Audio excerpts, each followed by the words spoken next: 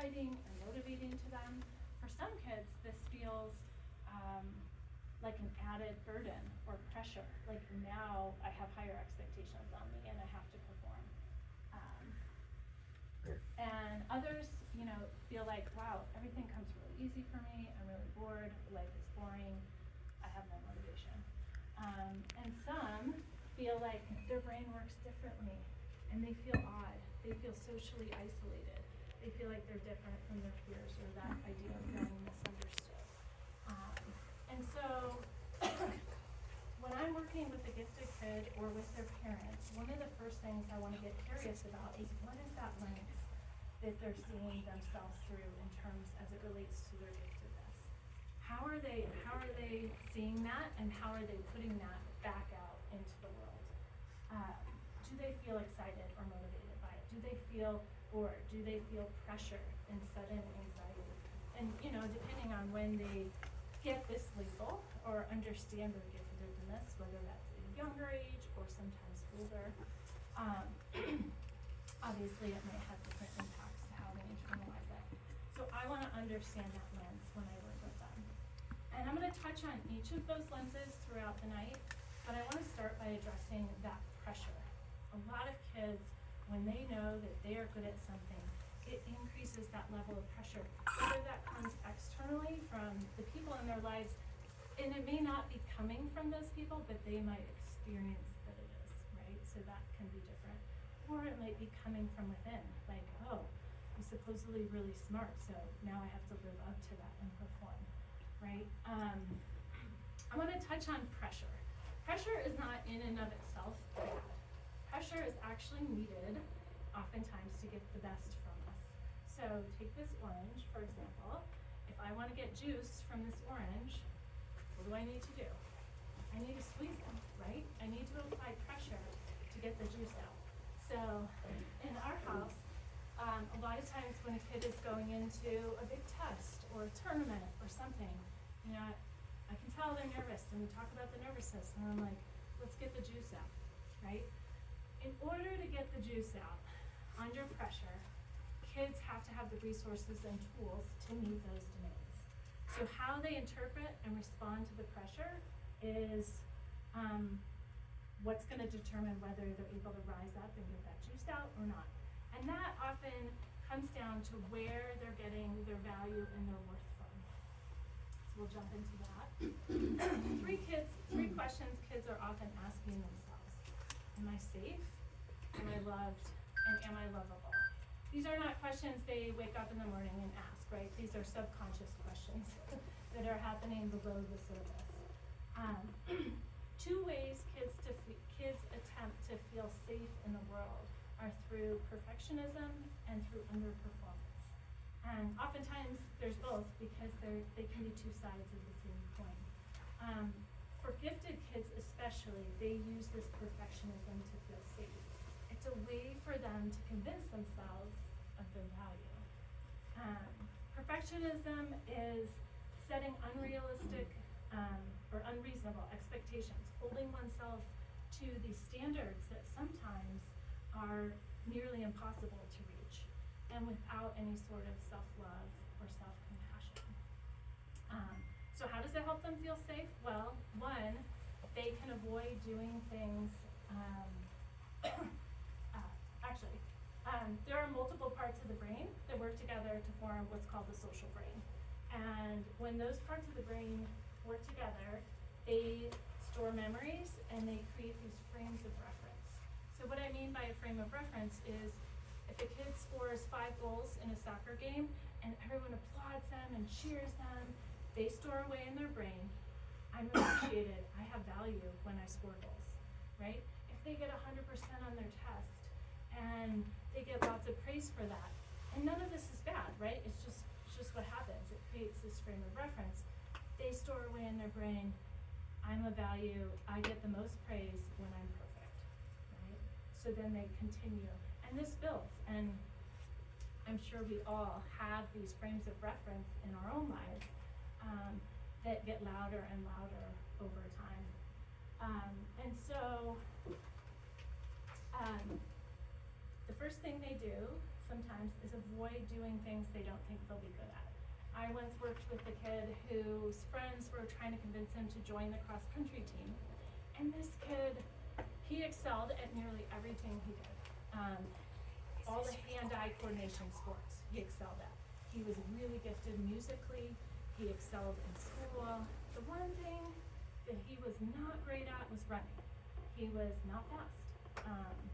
Despite being in shape, he was just not a fast runner. And so all his friends were like, come on, do it, do it, do it. And he was sitting in my office telling me about this, and he was listing all the reasons why he should not run cross country. And I'm listening, and I'm listening, and I'm listening. Do you think another reason that maybe you don't want to do it is because you're worried you won't be the best? He goes, God, how do you read my mind like that? I'm like, well, that's my job. And recovering professionals here too. So he ended up joining the cross country team. He was by far not one of the best, but he had a blast.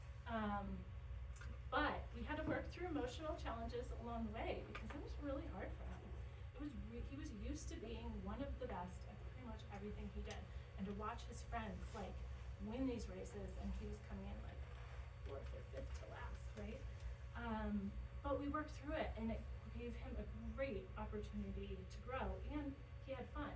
So that's one of the ways I work with kids in perfectionism is like it doesn't negate the experience just because you don't excel at it, right? You can still have fun doing things that you're not good at.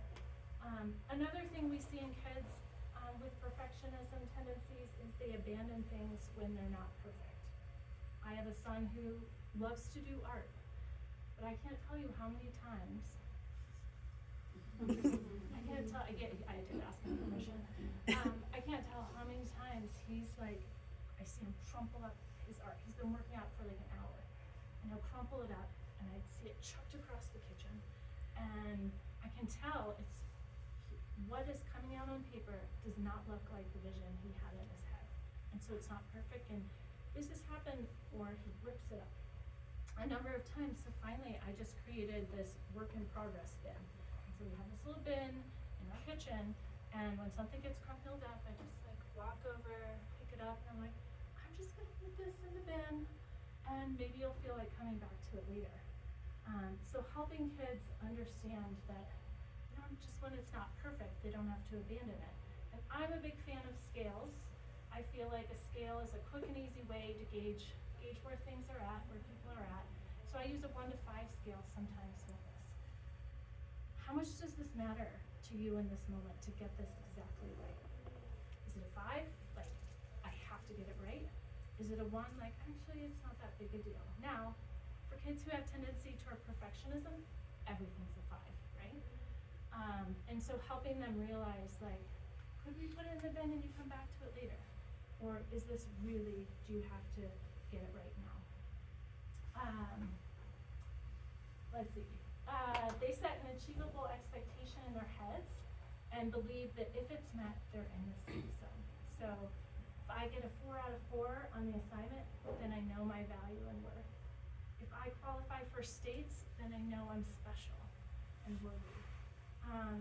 These are, of course, not conscious thoughts again. These are subconscious things that are happening. And number 4, they underperform.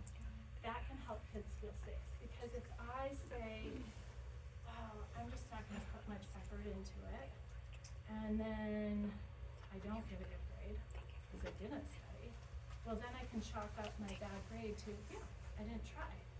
And they don't have to test themselves and face what might happen if they try and don't meet that expectation. So that's another way that they feel safe. But in each of these things, they're using their achievements to establish a sense of self and identity, right? What happens when a person's sense of self is tied to their self-worth or tied to their performance? When they don't meet those expectations, they can feel a sense of shame. And I want to just talk for a minute and differentiate shame and guilt. Guilt is, I did something wrong. It's about the action. If my kid breaks his brother's toy, he might feel guilty, and he might own it, or he might not, but there's the possibility exists for him to own it and go, I I broke his toy, I can't believe it, I'm so sorry, I feel so bad, Mom, how can I make this right? I mean, they don't always do that, but the opportunity is there, right? Shame is about the person, not I did something wrong, I am wrong. So they take that broken toy situation and he might say, oh my God, so stupid, I'm such an idiot, I can't believe I did that, I'm so stupid. And they go into what we refer to in our house, the shame corner. In the shame corner, what happens with guilt, you own it and there's possibility for growth, there's possibility for change of behavior, and there's possibility for repair with the person that maybe we hurt or injured in the process. With shame, we go into that corner and we make it about ourselves, and there's no possibility for repair. There's no possibility for growth. We're just stuck in that place of that negative talk. And so what happens is when kids tie their identity and value to their performance, they can easily get stuck in that shame corner when they don't meet the expectations that they have for themselves, or if they get feedback from people. I don't know if any of your kids, when you give them feedback, as gently or as calmly as you may give it, they have a really hard time with it. Because internally they go to that shame place. And anyone have kids? You don't have to raise your hand. I'll tell you I am. So how do we help our kids dismantle shame and flip that script on perfectionism? One, we teach them that their value doesn't come from only one part of them. Your kids who are gifted, their value doesn't come because they're gifted. It's not the only part of them. Kids that are twice exceptional, their value isn't lower because of that part or deficient because of that part of them that struggles, or higher because of the part of them that's gifted or excels in an area. I'm like winging it on my notes. I'm not even looking at them, so that's always dangerous.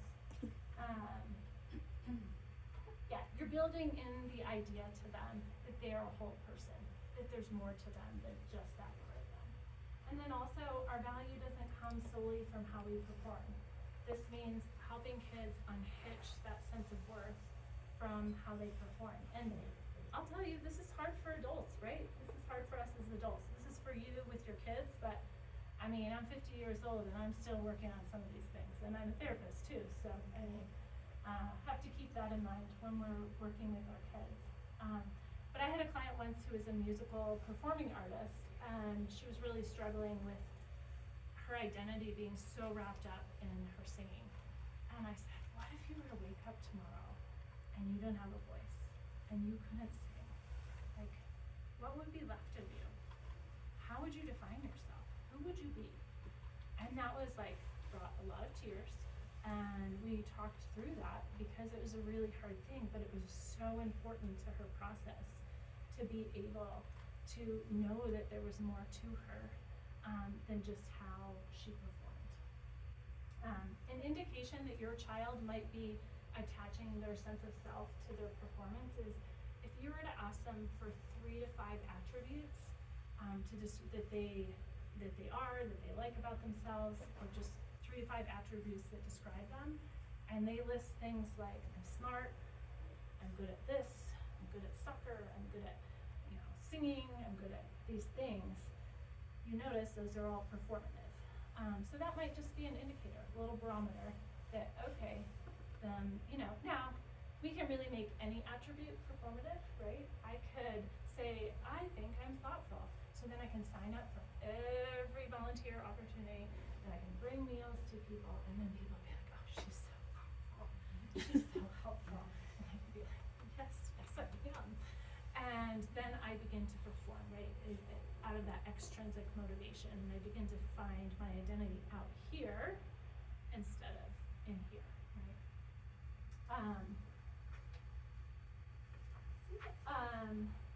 So another way is to build in the idea of support and self-compassion, self-love and self-compassion.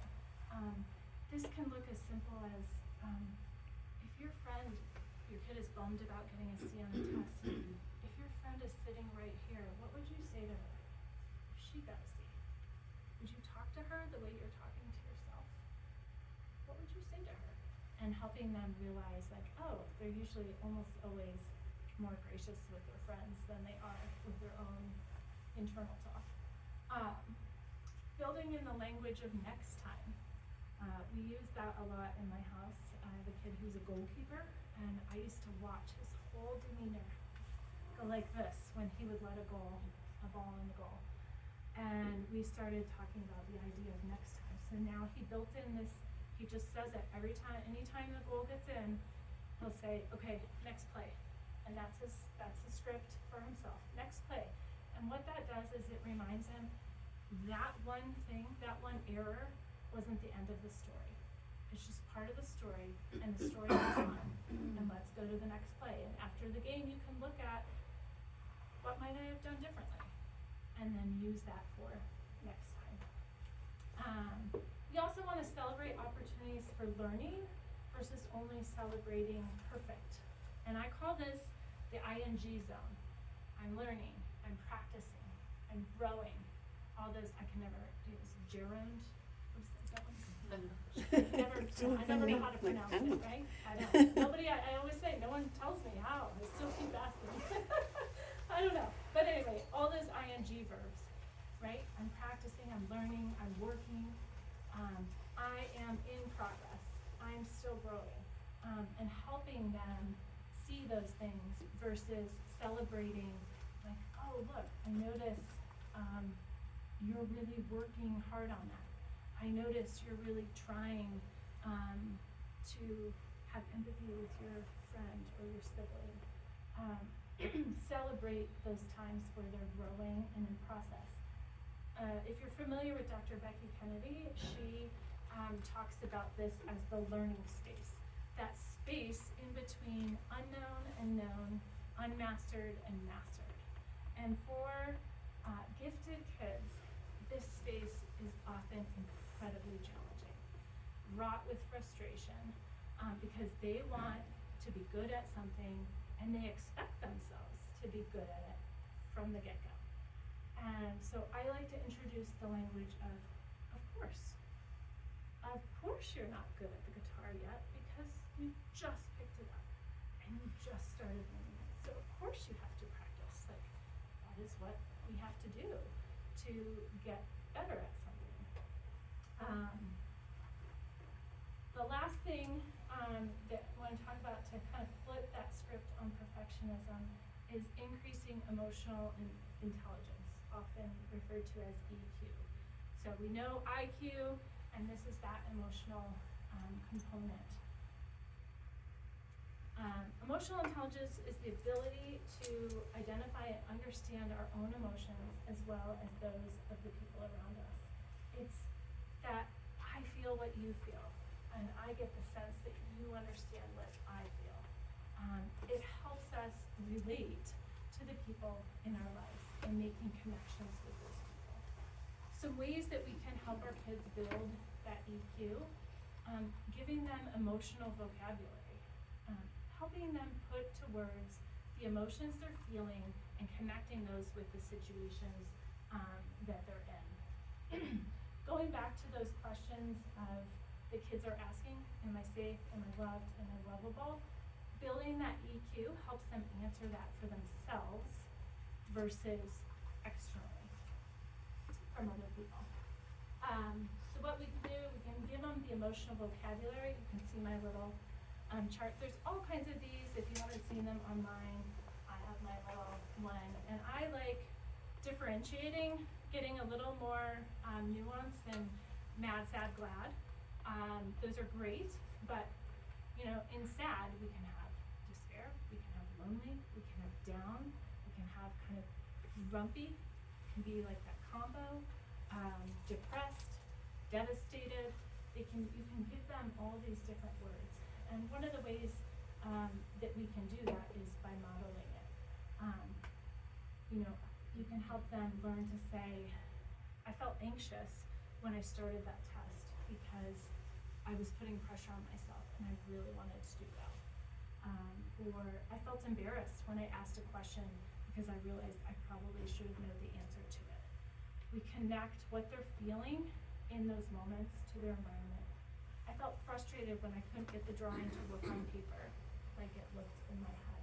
Modeling that for them and giving them that language to use when they're in those situations.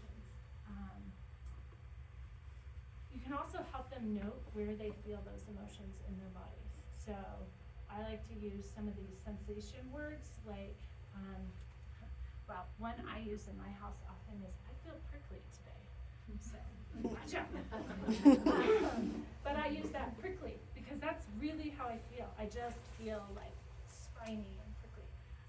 Another one is like when we get the zoomies in our stomach when we feel nervous, or the butterflies, or when kids have just a lot of energy and they don't know where to go with it. It's like, I feel swirly, or I feel like I'm zigzagging inside my chest. So just giving them that language inside, because what that does is, in order for us to express what we're feeling, we have to know what we're feeling. And it's not easy to like, okay, what do I feel? But we can pay attention to the sensations in our bodies, and those can be some really good information for us. Another way we help them build that IQ is teaching them how to regulate their emotions. Like I said, a lot of gifted kids have really intense emotions, and they struggle to know what to do with that, where to go, and how to handle those emotions. And what you might see as outbursts is oftentimes them just feeling completely dysregulated and out of control in their own bodies. And so what we can do is give them skills for regulating those emotions. Emotional regulation is understanding the significance or weight of a situation and responding with an appropriate or corresponding level of intensity. It also involves the ability to exert control over one's emotions, right?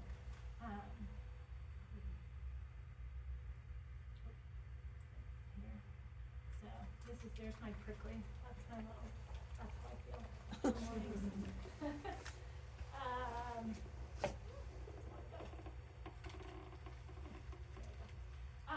So there's 3 components of emotional regulation.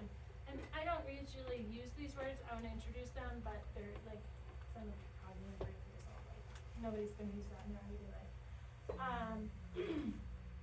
Self-awareness. That's like what I was saying. Checking in with yourself, having your kids check in with themselves, because we can't express what we're feeling or regulate it unless we kind of know what it is we're feeling. Emotions are information. We don't have to be scared of them. I like to teach kids that. We don't have to be scared of the emotions, and we'll get to that when we talk about the uncomfortable ones. But using them as information. So when I feel nervous, what does that tell me? It tells me I care. It tells me this matters to me. That's the information.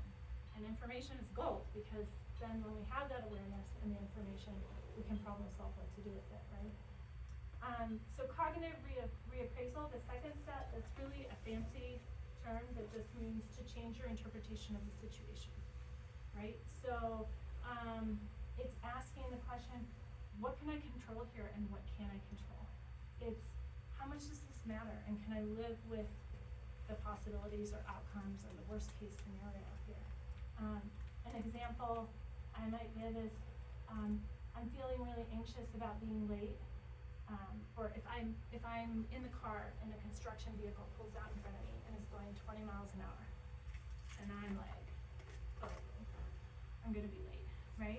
And so I say it out loud, maybe for my kids, and if we do it this way, sometimes it's better than the things we might say otherwise, right? So I say, oh, I'm feeling frustrated, and I feel it bubbling up inside of me because now this truck is going so slow, and now we're gonna be late to the meeting, and I can feel it building inside of me. But if I can kind of reappraise the situation and go, okay, I cannot control this truck. I cannot go any faster. This is where I'm at. Okay, so what am I gonna do? I'm gonna get to the place I'm going, and I'm probably gonna need to apologize for being late. Do I think this person's gonna be understanding? Yeah, I do. Okay. I don't like it. I don't like to have to do that, but I think it's gonna be okay. Okay. And then the response modulation is changing that outward expression of the emotion. So now I've just kind of walked myself through the scenario, problem solved, and now I'm like, okay, I'm gonna take a deep breath. I'm gonna enjoy driving slowly behind this really slow truck and just kind of realize that this is where I'm at and I don't need to expend all this energy on being frustrated, right? So, I mean, that's like a really in-depth, we don't probably have those conversations with ourselves, but the more we practice it in that inner space, the more it just becomes second nature for us. But I'll tell you, there are plenty of times where I just let the frustration come out. These are goals, right? Right here. Again, this is where that 1 to 5 scale can be helpful in the response modulation. How much does this matter in the grand scheme of things? Like, do I have to be there? Is this urgent, right? Or can I let something go? So something I might say to a kid who, like going back to a kid who's working on a drawing and feeling super frustrated, and I can see that they're feeling frustrated, I might say, you know, I can see this drawing is important to you, and you really want to get this right. You're working really hard on this. And I can also see that you're feeling really frustrated. So on a scale of 1 to 5, how much does it matter for you to get a grade? Because we can put it in the bin, or we can come back to it later. Oh, it's a 4? Okay. Okay. All right, so what do you need, right? I mean, should we get up? Come with me. Let's just take a little walk. Do you need a glass of water? Do you want to like flip the paper over? Let's flip the paper over like 4 times and then see if it looks any different for you, right? So helping them walk through that frustration, and helping them realize that, like, okay, this is important to them. They have to figure out how to wait to settle that down, or it's not that important to them. They can come back to it later. Because what happens when that frustration or whatever the emotion is boils up and bubbles, it's called escalating, right? We get escalated. When you're having an interaction with your kid or siblings or having an interaction with each other or with friends, and they become emotionally escalated, it's where the temperature in the room gets raised.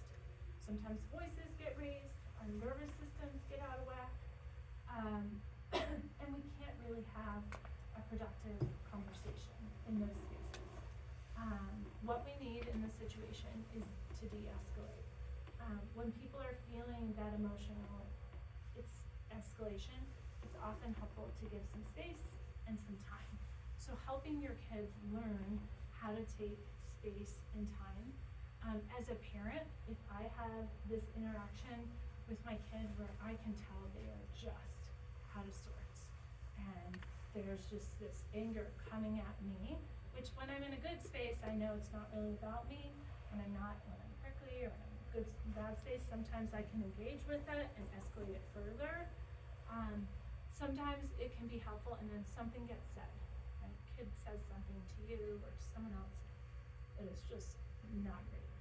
You can walk away from that in that moment, and it doesn't mean you're excusing it or letting it go, but you circle back later or the next day, and you might say something like, hey, you know, yesterday when that happened between us, that didn't feel really good to me. That didn't feel great.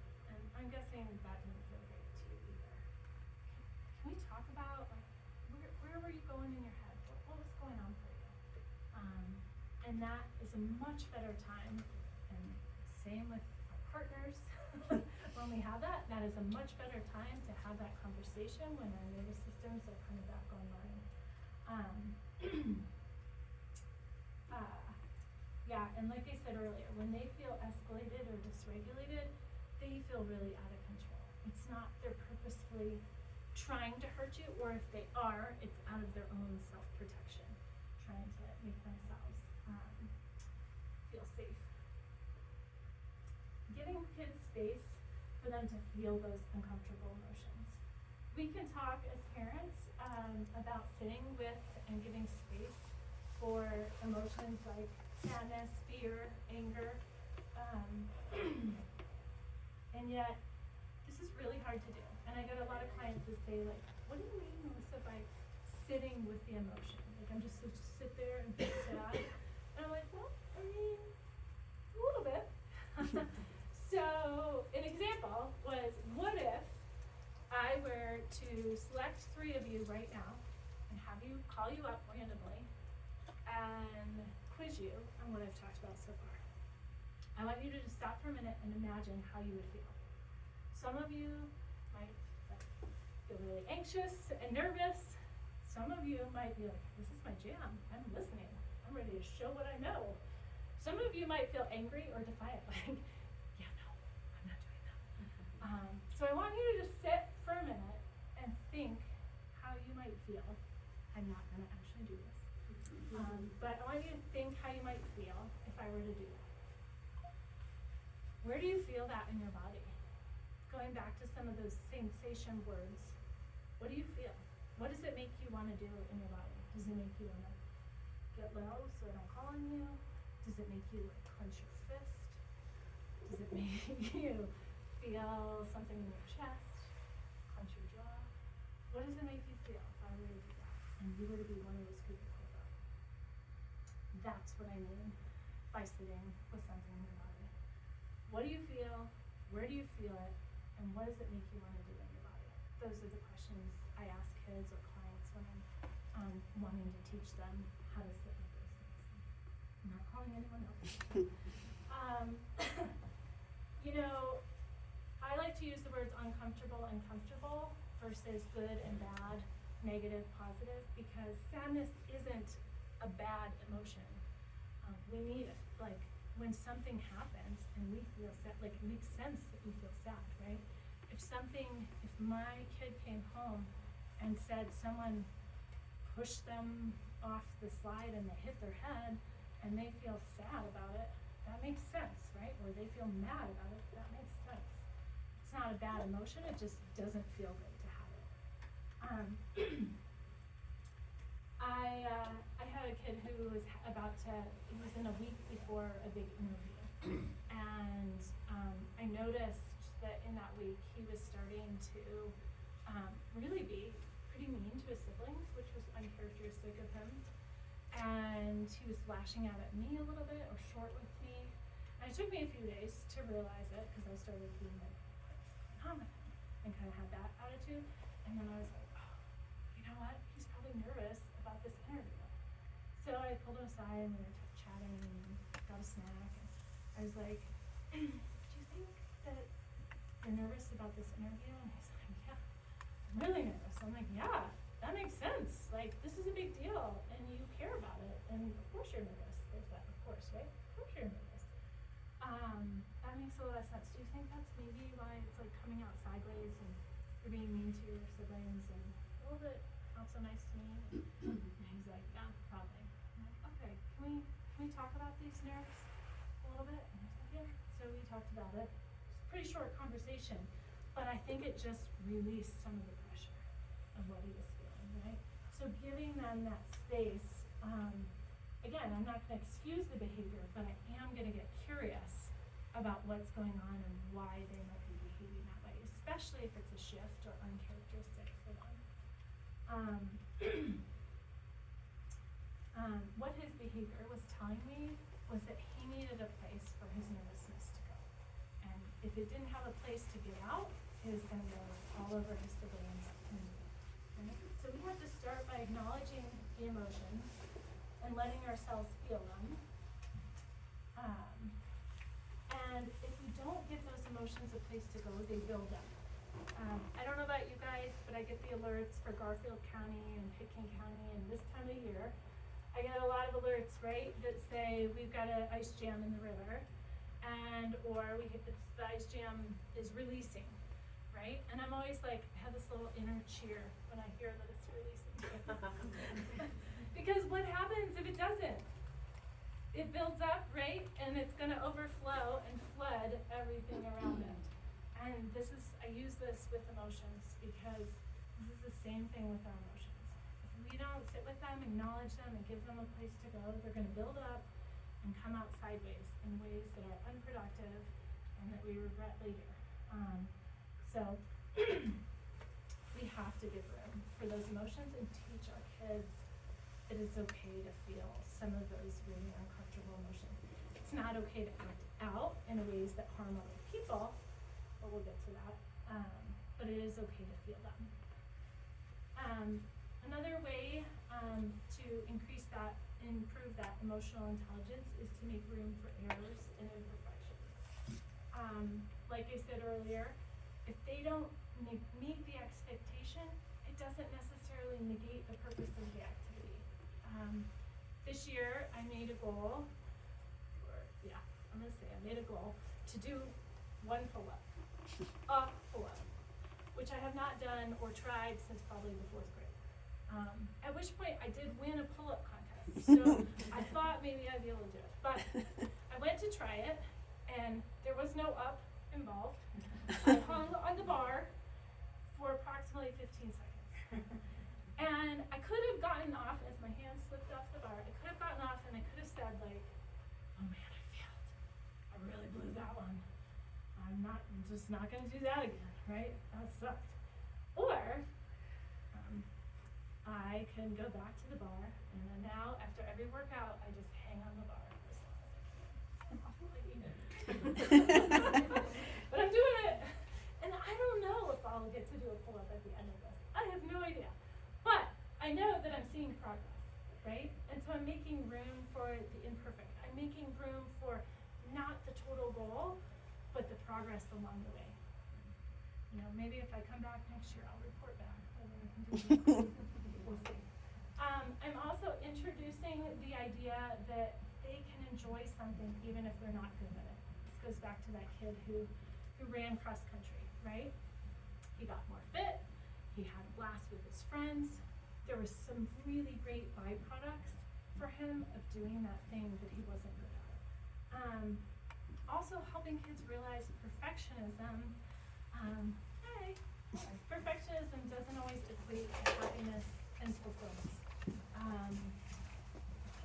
A lot of times, actually, it leads more to rigidity, which you might see in some of your kids, and anxiety. So, if I hire 2 people to clean my office every week, and then 5 other offices, right? And I tell them, okay, we got to be done by this amount of time. And I've got one kid who is doing a quality job, but not a perfectionist. And they're doing a quality job. And then I've got another kid who is, they are like taking a toothpick to these things, and they're like going back 3 times to do the counter because it's just not quite shiny enough. And they're vacuuming the same line 4 times because it has to be perfect. And by the time they finish one office, the other kid has done 3, right? And so what happens, who's gonna be the better employee for me? Probably the kid that's doing the quality job that is less rigid in that. And so helping them see that it's not always gonna help them meet their goals when they're perfectionists, have those tendencies. It's also not always gonna lead to the happiness. Sometimes it's gonna lead to increased anxiety. And then also helping kids redefine the word failure. What does it mean? Did I fail when I hung on the bar and didn't go up in any way, shape, or form? I don't know. Some people might think I failed. I don't. I think it was information that helped me see where I am and the work I need to do if I really want to meet that goal. When children set really high standards and apply excessive pressure to themselves, and they feel like they've fallen short, especially our gifted kiddos, they will feel that increased anxiety and frustration. And so we have to help our kids learn that speed bumps don't just keep you from where you're going, but they help you pause and reassess, just like doing that pull-up, or not doing that pull-up. Doing that hang helps me to pause and reassess. But if we redefine that failure as practice or as a speed bump on the path to growth, on the path to future success, then we can see it as, again, part of the story instead of the whole thing as one failure. A reason why emotional regulation is so important, can you imagine if we all went about the world and our lives completely unregulated and just lashed out and exploded and we all were interacting that way? It would be complete chaos. So another aspect of emotional intelligence and in that regulation piece is empathy. And I do a lot of work with people around empathy because people often think empathy is, oh, I know what you're feeling, you know, oh, I imagine you're feeling this way. And that is a piece of it. That's that last piece. But what we often skip over is the listening piece, the pausing and listening. We often project onto other people what I think they're feeling as opposed to listening for what they're actually feeling. And so teaching kids, and empathy can be a really challenging skill for kids who are gifted because a lot of times they can seem like, why is this kid struggling? Why is my sibling or my friend struggling to understand this? This is so easy. Like, why don't you get it? And if they can try and imagine what they're feeling, they might be able to empathize, but even better if they can hear like, wow, your brain works differently. This is really hard for me. I'm not understanding it. I really don't understand. I know you can't understand that I don't understand it, but I want you to try and understand. I had a situation with my husband where he had an employee who he knew was this top employee, and he knew that she was probably at some point going to move on for a different focus. And he sent me the text one day, and he's like, she gave her notice. And I sent him like, oh my gosh, I'm so sorry. Oh, are you just so bummed out? Because that's how I thought he would feel. I didn't ask, which we should have known better, but I didn't. And he was like, actually, because of where he was having to hire in this other area, it was like a financial relief to him. He's like, no, I'm gonna miss her so much. Like, I am sad to lose her, but also I feel a lot of relief. And I was like, oh, I did not see that coming. But I would have really missed out on empathizing with him in that moment because I didn't listen for how he was feeling. I just projected onto him what I thought he might be doing, if that makes sense. So how can we teach that to our kids? How can we teach them to pause, to listen, and to imagine? Sometimes we just have to break it down this way. Where did you have it? I saw you had something up on the board. Is this your board? No, okay. This is not my classroom. It was something about, I don't know where I saw it, it was something in here, I don't know. But it was something about listening and imagining with our kids. What would it feel like to be in that situation? You can ask them that question, but even better, ask them, what does it feel to the other kid? What does it feel like to be in this situation? Cultivating empathy, practicing listening to someone else's experience and feelings can help them not only regulate their own emotions, but improves their relationship with the people around them. So when we go all the way back to the beginning, we talk about how some gifted kids feel really different and isolated. Just because they feel different or maybe are different, right? Because they are differentiated in some ways. Just because they feel that way doesn't mean they can't relate to other people. And this is where empathy comes into play. It can help improve those relationships. So what are some tools for emotional regulation? Name the emotion, which we talked about. Validate the emotion. Kids who are gifted often don't get a whole lot of validation for things that aren't performance related. So saying, to your kid, like, oh, you feel really overwhelmed right now. Yeah, I get that. Yeah, it's okay. It's okay for you to feel that way. Just noticing the feelings that they're having and letting that be okay that they're feeling it. Identifying triggers. helping kids learn their own triggers and problem solve, this moves them toward autonomy, which builds self-confidence. And we're gonna talk a little bit more about triggers next when we talk about frustration tolerance. But meditation, breathing exercises, grounding exercises. I really love the 5 senses for when kids are feeling really anxious or worried. That's a future-oriented emotion. They're spending energy on something that isn't yet realized. So what I like to do is have them do the 5 senses. And when I name it that, and it doesn't have to be in any order, or you can switch the numbers around. What are 5 things you see? 5 things you feel. So like, I see people, I see chairs, I see colors, I see sky getting darker. What do I feel?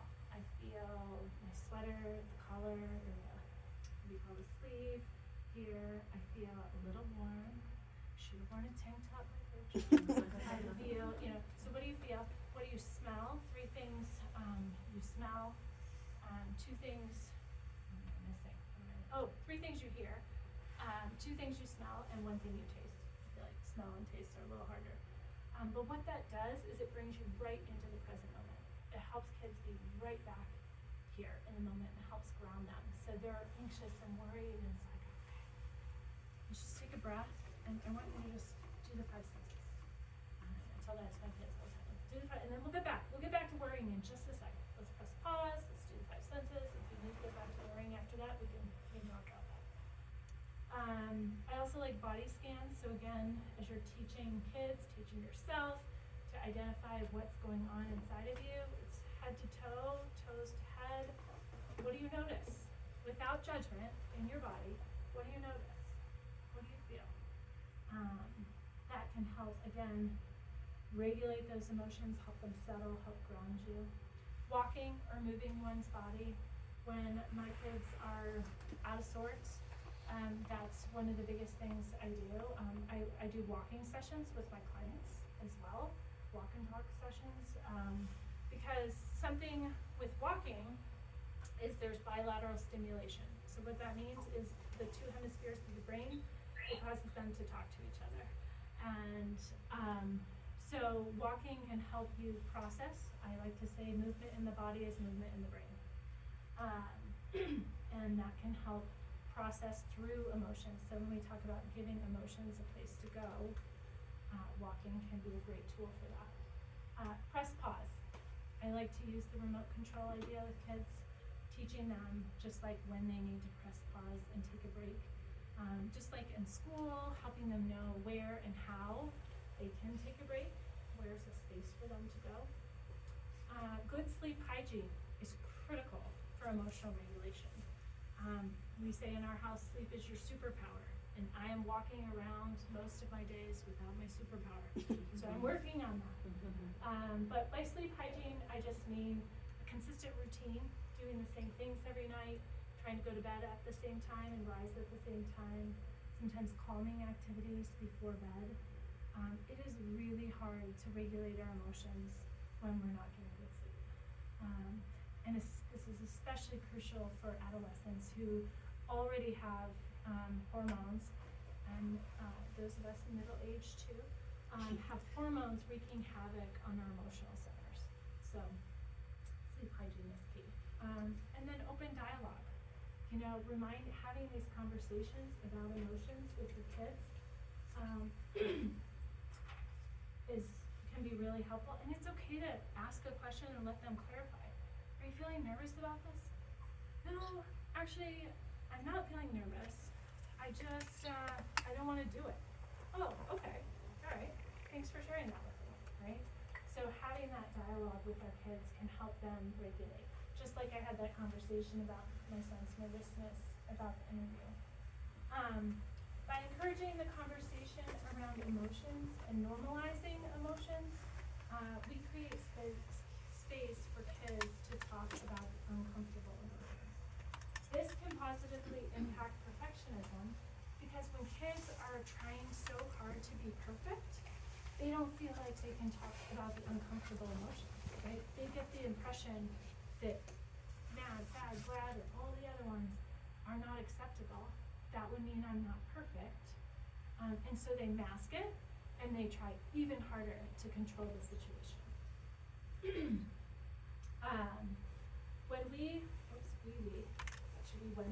When we allow kids to feel uncomfortable emotions, they begin to get comfortable with feeling uncomfortable in that space between known and unknown, in between unmastered and mastered.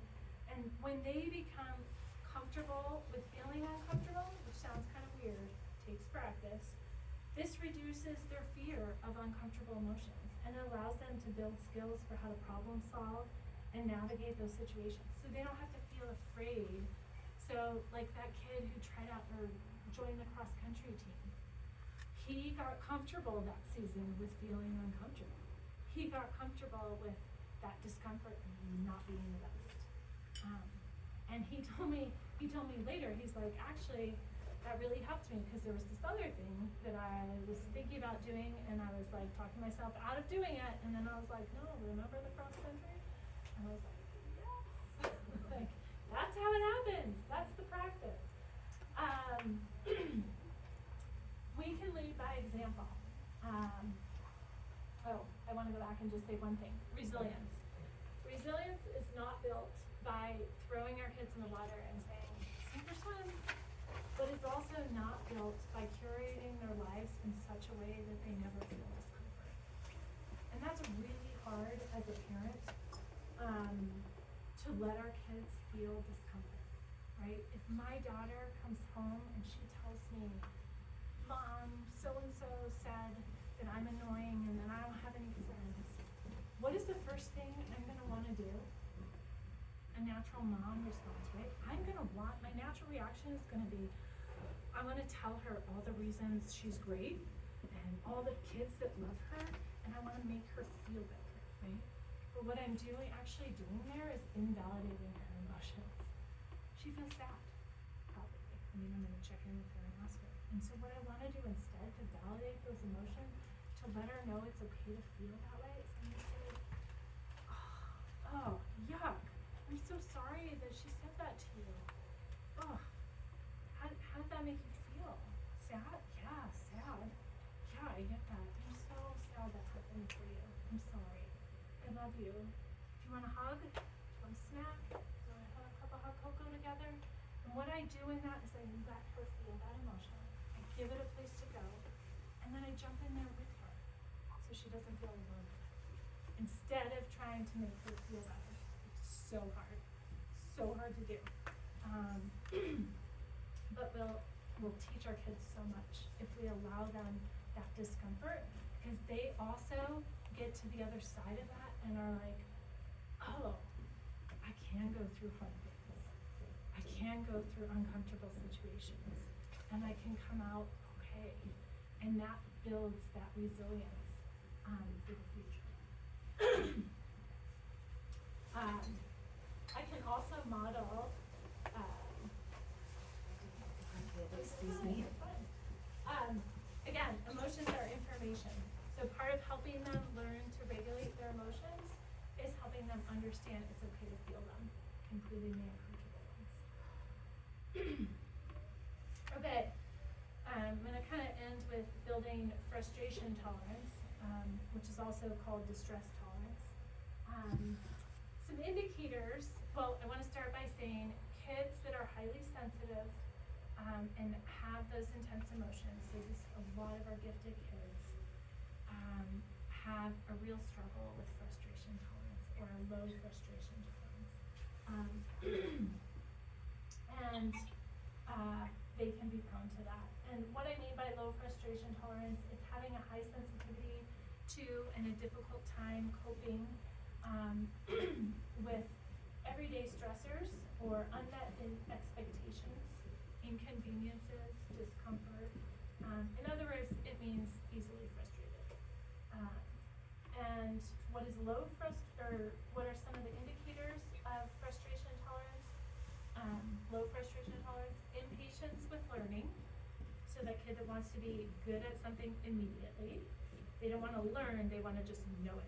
And for a lot of our gifted kids, that is what happens in certain areas, right? They just look at something and they know it. They can't explain it, they don't have to learn it, they don't have to practice it. So then it becomes very confusing for them when they're in those situations where they do have to learn it and they become very frustrated easily. Angry or intense reactions to everyday stressors, inconveniences, discomfort, difficulty enduring challenging tasks, so that bringing it to completion when it doesn't feel perfect, giving up easily on difficult tasks, feeling easily irritated by people, lashing out at the people closest to you, procrastinating challenging tasks, and ruptures in relationship due to those outbursts and lashing out. Building frustration tolerance is so crucial because it is actually a cornerstone of resilience. And it is, lots and lots of studies have shown that is a predictor to future success. If a child can handle setbacks, they're much more likely to be able to persist through a challenge and reach their goals. How do we help kids build frustration tolerance? Deep breaths, inhale. I'm sure you guys know the deep breathing, but I used to, in my kitchen, my kids, I have these visuals, and one time they were just going at it, arguing and fighting with each other. They were little, and I just stood in the kitchen and I went like this. And my one son looked at the other. I can't remember which one of them said. He goes, "Hey, let's get out of here. She's about to blow." And they left. And I was like, oh, that really worked for me. For them, they're out of here. They stopped fighting. So that's one of the ways. But we can also help our kids do that as well. The deep breaths, I like to imagine the balloon in the belly, and on the inhale, they're blowing it up, and on the exhale, they're deflating it, or on the inhale, they're pushing the walls out around them, and on the inhale, they let them go. Identifying triggers. Triggers to frustration. This is huge. If your kid can know their triggers, if you as a parent can know your triggers, it can be really helpful. Sometimes triggers are a challenging activity. Sometimes transitions. That is one of the biggest ones for me, is transitioning my kids from one activity to another, especially when they were younger. Negative interactions with friends can really set kids off. Feeling misunderstood. I have one kid that's constantly saying to me, "You just don't understand. You just don't understand." Help me. Help me help you. Numerous demands. So I have a different kid that, when they get multiple demands on them at one time, I can see it. I can see the overwhelm, and they can lash out. And so for that particular kid, and I'm working with some parents on this as clients as well, but that executive functioning, just helping decrease the overwhelm by writing things out, writing lists, writing charts, writing checks. A lack of control. So when kids feel out of control, they might get easily frustrated. A change of plan or unexpected. This can be huge for kids when the plans change, especially our kids that are a little more rigid. Having those set expectations can be helpful. Tired, when a kid is tired, hungry, when they have sensory overload. If you have kids that have some sensory issues, I have a kid I was working with who just hated big crowds and loud noises. And so that was a huge, when he was in those spaces, he would almost always have like a meltdown. And so we worked on, we'll talk about things we can do for that. Let's see, that was all my triggers. Learn to recognize it when it's building. Again, a scale here can be helpful. If we are walking around the world, 1 to 10, and we so say that kid who was at a place where there was large crowds, loud noises, if I were to check in with that kid, 10 being the most frustrated you've ever felt, 1 being no frustration at all, where are you at? And he tells me, just being here, I'm at an 8. I'm like, okay, then we need to do something now, because it's not gonna take much to get you to a 10 and a full-blown rage, right? But if you check in with yourself or with your kid and they're at a 4, you're like, okay, we've got some space here, we've got some room. So I love that scale, just even when you start to see them start to feel a little building, maybe do a scale with them, ask them to check in, and that teaches them how to check in with themselves. I also like the pot of water on the stove, that boiling water. Looking at the boiling water, and if it's boiling up, letting them know, like, okay, it's just, we got some rolls, and now we've got, it's gonna boil over soon if I don't take it off the heat. Brainstorming constructive ways for expressing anger or frustration. Ways to get your mads out. Communicate with an I statement, punching a pillow or screaming into one, singing a song really loud. You can also problem solve and play the what if game. What if you were feeling frustrated in this moment? What would you do? What are some options you have? Offer affirmations when you see them self-soothing or self-regulating.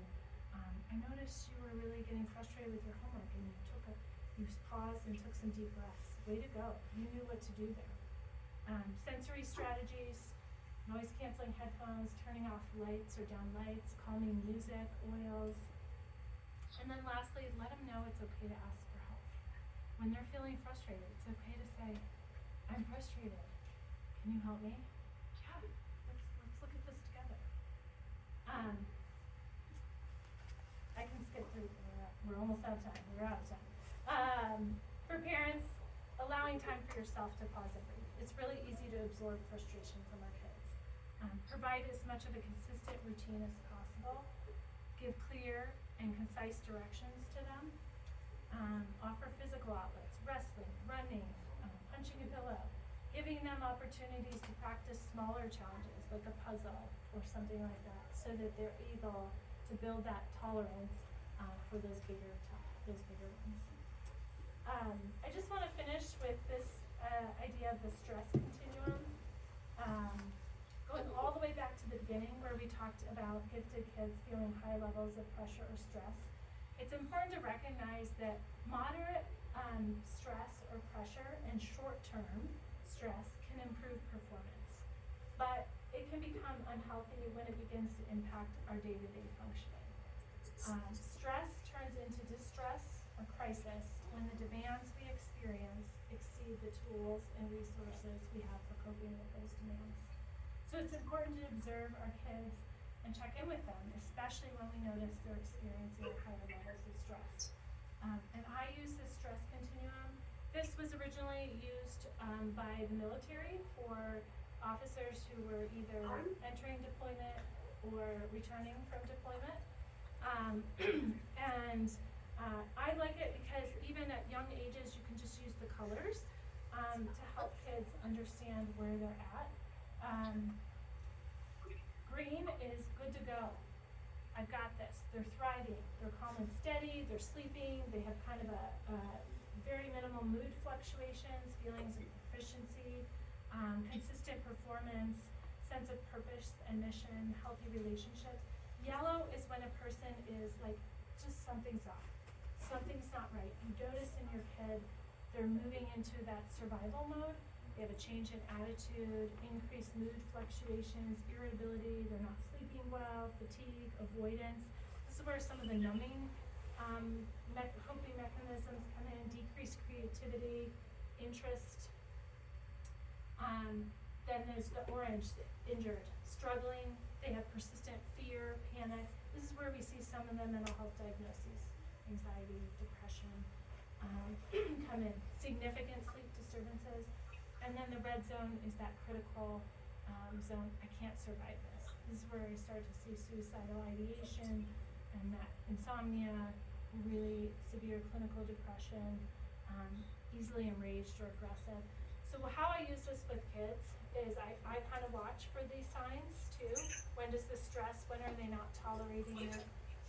When is it becoming, moving into that yellow? And what we can ask our kids, what we can ask ourselves is, what are my green choices? If I'm in the yellow and and I see this shift, what would it take to move me back to green?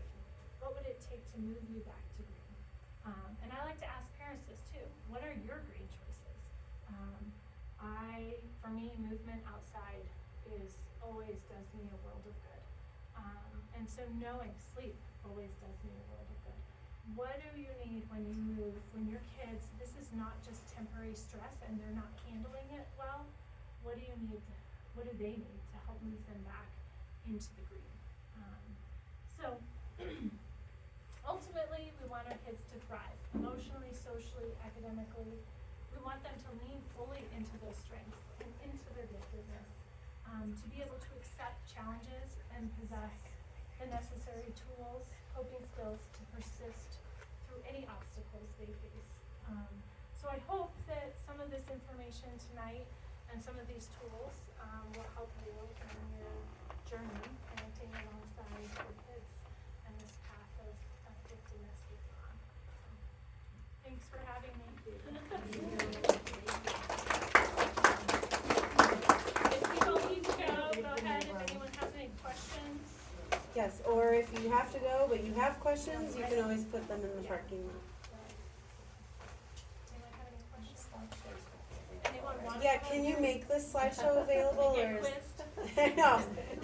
Who's Can up I make for it it? available? Yes. Okay, so I will try to post the recording. We'll see how it goes.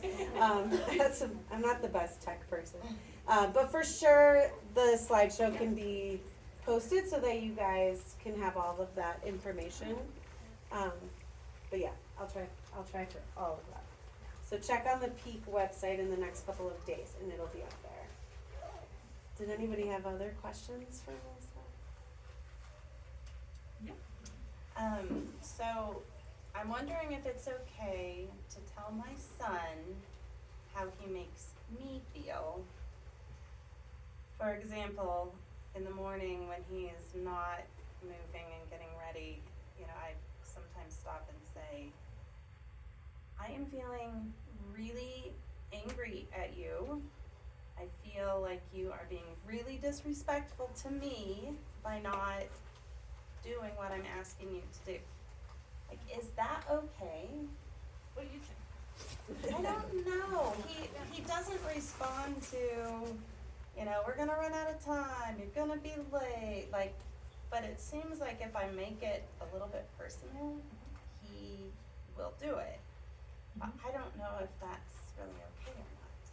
So I would separate those two things out. I Okay. think you saying you feel angry, that's what you feel, and that is absolutely okay, right? That's modeling for our kids that it's okay to feel their feelings, it's okay to say how we feel, right? So I think you saying like, you're not getting out of bed and I'm feeling really angry right now.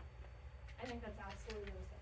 To say you feel disrespected by that, my guess is he's not getting out of bed to disrespect you, right? It feels that way too. So, you could say that you feel that way, but my guess is that's not what's happening for him. So I would probably leave it at I'm feeling really angry. And I would speak to I want to stomp my feet right now. I am so angry because you're not getting in bed and this is creating stress for me. I said to my kids right before this, they were all calling me. You guys know I have a presentation I'm doing tonight, right? And they were all calling me and texting me who's picking me up? Dad's picking you up. And I said to one of them on the phone, I said, I know you need to know this information. You have another parent who is available right now, and you know that I have this presentation. And so I'm feeling a little frustrated that you're calling me right now, right? It's okay for them to know that. It's okay for them to know that something they're doing is making us feel frustrated because, again, that gives them permission to feel those feelings as well. Does that answer? Yeah. Yeah. Yeah, the respect piece is tricky.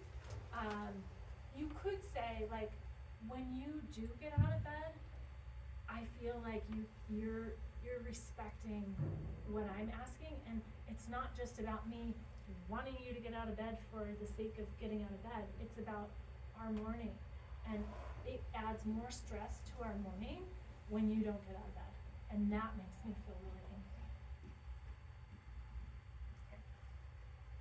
any other questions? I have a really weird question. No weird questions. Let's hear it. So we're in the suburbs, Uh-huh, and you've used the word gifted 20,000 times, okay. and then the teachers have always been like, they talk about our kids, and it'd be, when they're gifted, oh, I mean, we're not allowed to say that word anymore, Okay, and then they okay, correct I know. themselves. But you've used it so much and Okay. freely, like, so what is there an official?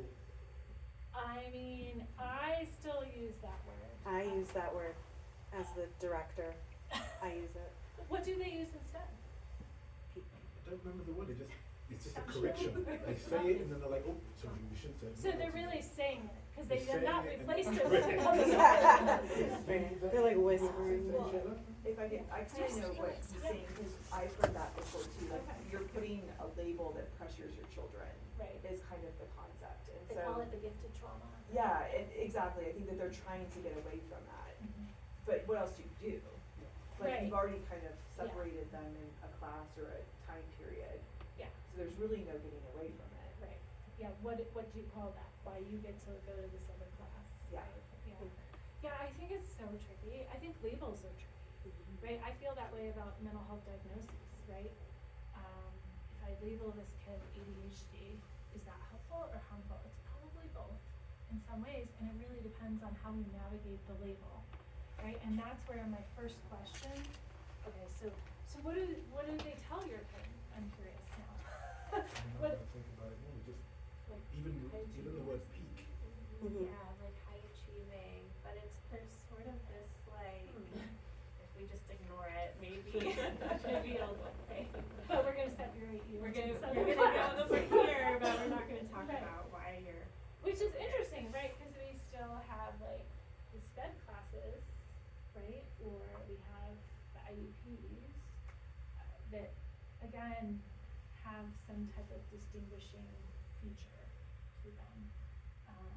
Yeah, it's tricky. Wasn't aware of that. I still, yes, like you said, I used it a lot. I actually, I can answer a little bit to Yeah. my own students as I tell them that they're gifted. And I'm like, if nobody ever told you that, then I'm gonna tell you that. And here's why. And here's what we looked at, and this is what we figured out for you.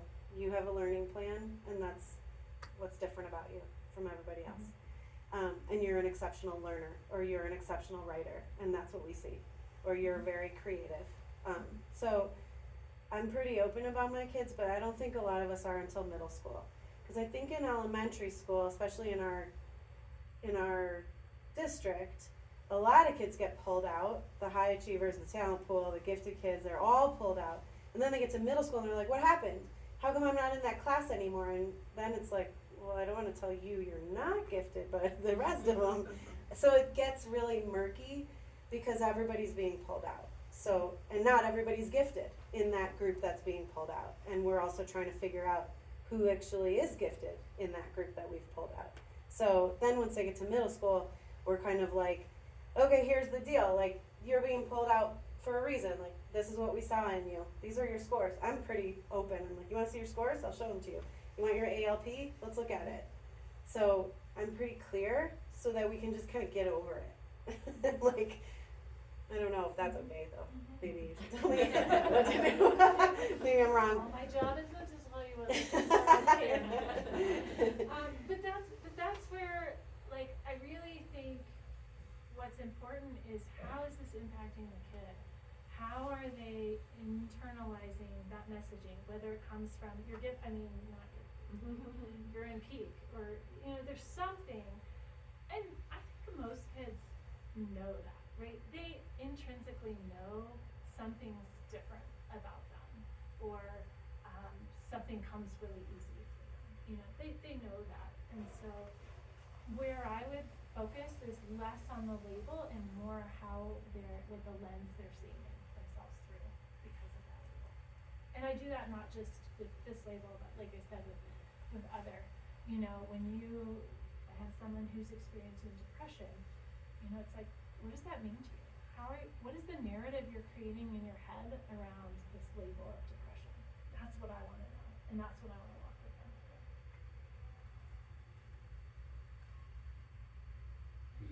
Yeah. You may have said it at the beginning, but do you you work out of the school in this district? I don't. I used to work in the schools, in the Denver area, but I work in private practice now, so I just have an office over by the goat. Oh, okay. So you're available though? that Yeah, I was you just can- saying, did you bring a business card? I actually did bring business cards all the time. I'm really sure about those. My website is riseandshinecounseling.com. That's my website, but, I do, I work in private practice. I have minimal after-school hours available right now, because I do have 3 kids. But yeah, and I'm available for consultation. I meet with parents sometimes, so.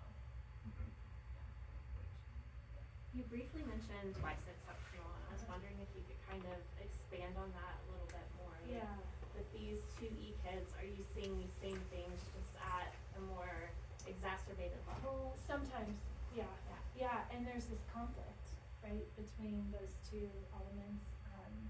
Probably most of my experience with 2E kids, most of my experience is with when they're on the spectrum and also have, those areas of giftedness or where they're identified as excelling. So that's probably, and I do see like really high sensitivity, a lot, like you said, a lot of those, but even, and then there's this inner conflict between those 2 parts of who they are. So with them, I do a lot of work around that identity piece, like expanding. It's not just these 2 elements of who you are, right? This is just a whole blend. There's this whole beautiful picture. Let's film some of the other parts of the picture.